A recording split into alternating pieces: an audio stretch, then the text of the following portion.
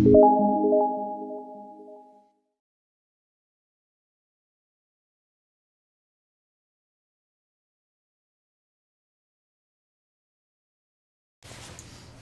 day, this is day 5, our final day.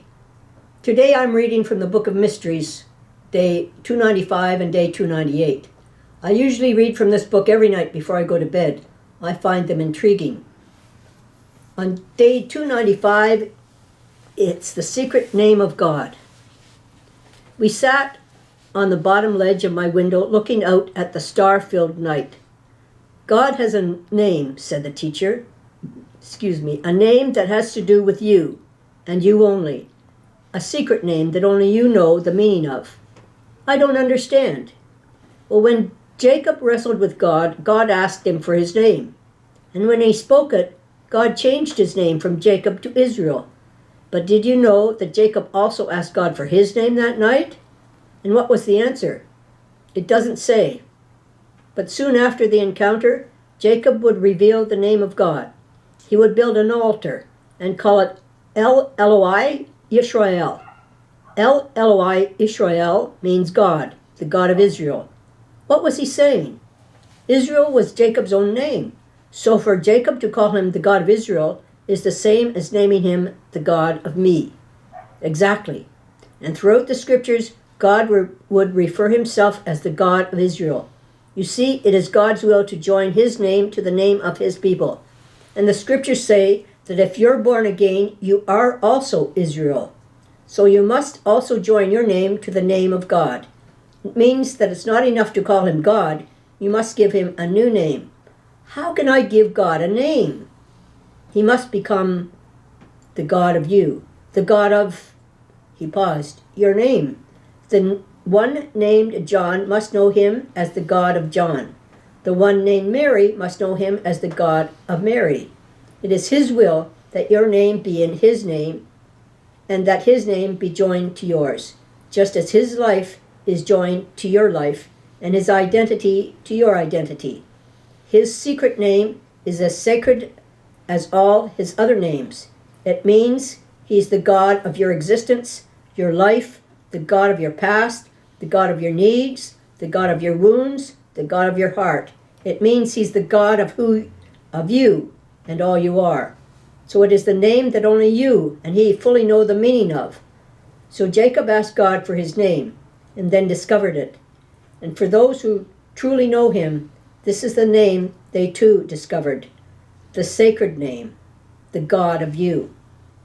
The teacher left my room. I was now alone, gazing out the window at the star-filled sky, and pondered the love of the one who bore a secret name, the God of me.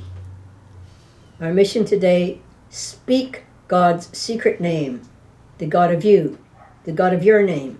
Ponder what that means.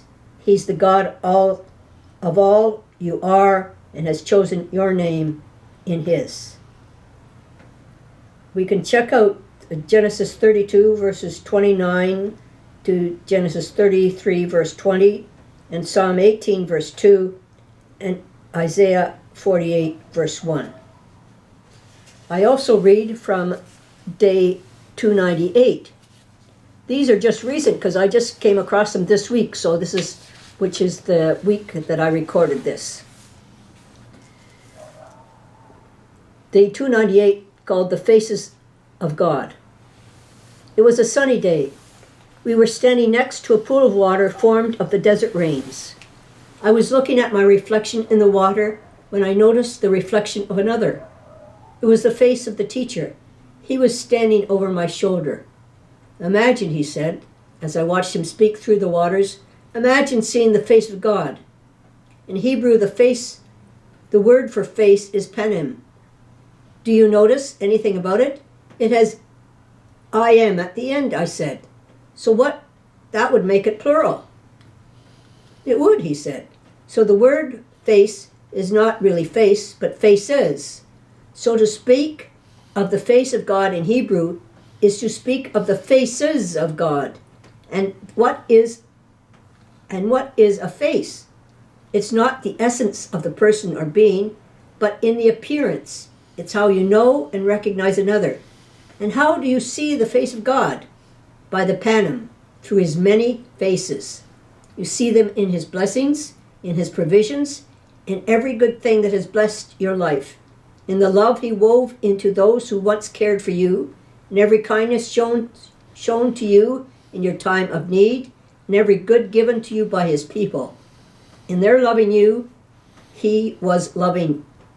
In their loving you, he was loving you. In their helping you, it was he who was helping you. And in their encouragements, it was he who was encouraging you. In their panim, in their faces was the panim, the face of God.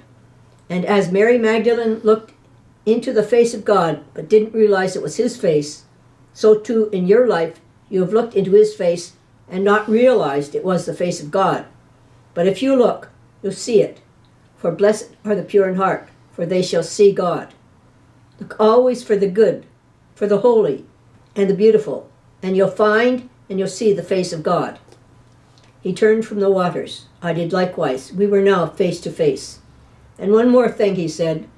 When you allow your life to be used as a vessel of his love, and your heart to be moved by his spirit, then when people look at you, they will see the face of God.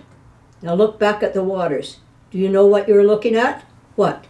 A face, he said. You're looking at one of the faces of God. The mission today.